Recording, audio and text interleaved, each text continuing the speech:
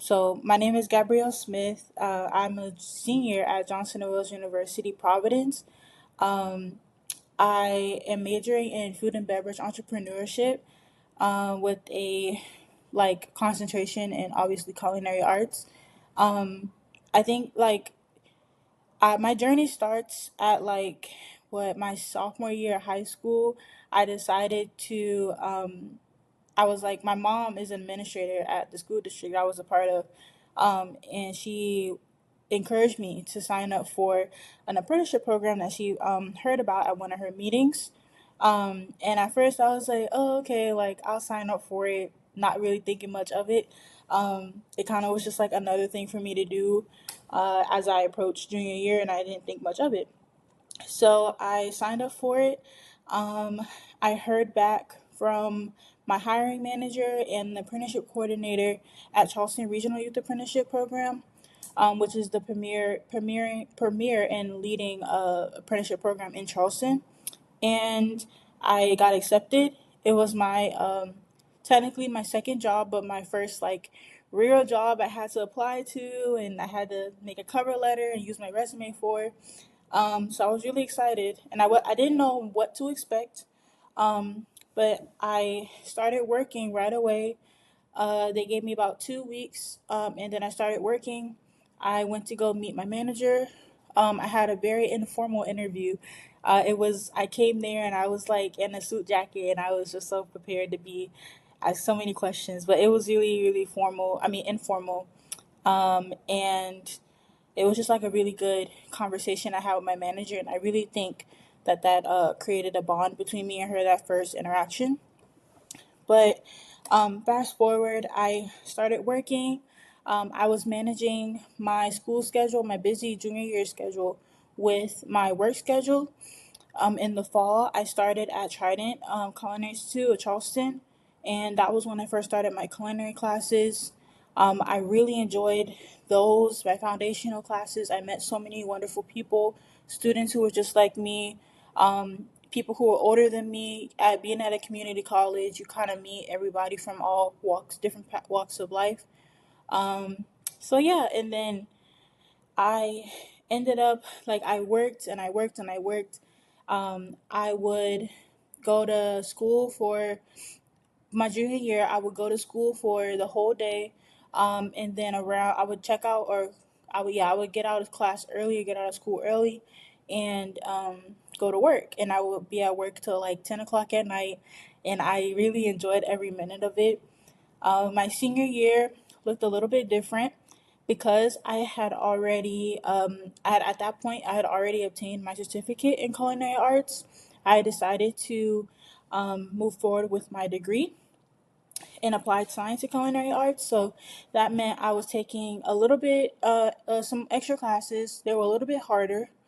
Um, I would say the most important thing I learned during that time was it's really important to plan, and it really helped me build my time management skills. I think if I hadn't learned about how to manage my time effectively and efficiently, and really tell people, hey, I have to do this. This is more important than me going to the mall right now. I have to get done what I need to get done with for work and school, and then I can do whatever else outside of that later. If I did not learn how to advocate for myself in my time, I would not have been where I am right now. Um, and that's just a skill that I think will stick with me for the rest of my life. And I try to tell other teenagers that, hey, sometimes you have to put things on the back burner, um, just to do what you have to do. Um, but my senior year, I ended up applying for colleges, just like everybody else. Um, I My dream school was Johnson& Wales University, where I am right now, and I saw that they were offering a scholarship, full tuition for 4 years. I applied to it. I ended up. It's a competition format, so I competed with five other culinary students across the country, and I went to Providence, Rhode Island. I competed. I submitted a recipe and I won it. And I decided to go to Johnson and Wales Charlotte for my junior year. But yeah, so I at this point I had been enrolled at Johnson and Wales for my junior year. Um, And within that year, I have met so many people. I had gotten out of my comfort zone. I said yes so many times. I said yes to everything. And I think that's what also helped me get to where I am right now. Saying yes to being a part of youth councils, partnership to advance youth apprenticeship got me my first like taste of what it means to be on a youth council and what it means to be a part of advocacy, and just learning that you and there's so many other people around the country who are in the same predicament as you or in the same boat as you, and being able to build a community, and see a community of people that at first we were all just on Zoom, like we met once a month on Zoom. I think seeing them in person and really like being in fellowship with them has really helped me as well, learning what community means. Um, Okay, so now I'm a senior at, like I said, I'm a senior at Johnson and Wales. So I am almost done. I graduate in May.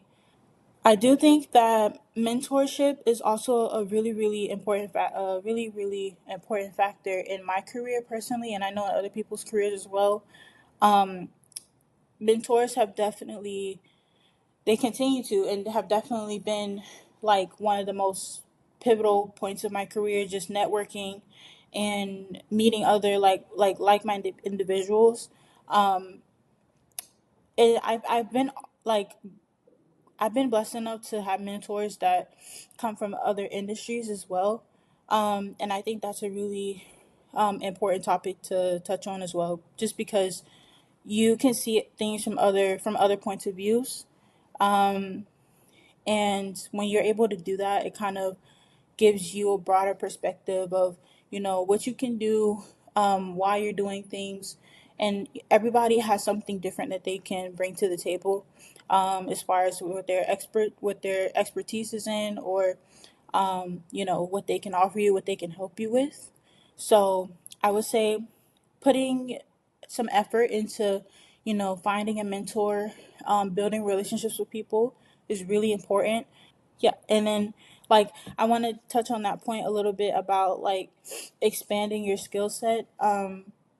Professional development is super important to me. Not I want to make sure that other chefs, other culinary professionals understand that they don't have to just be, on a line in the back of someone's restaurant, just working and working and working long hours.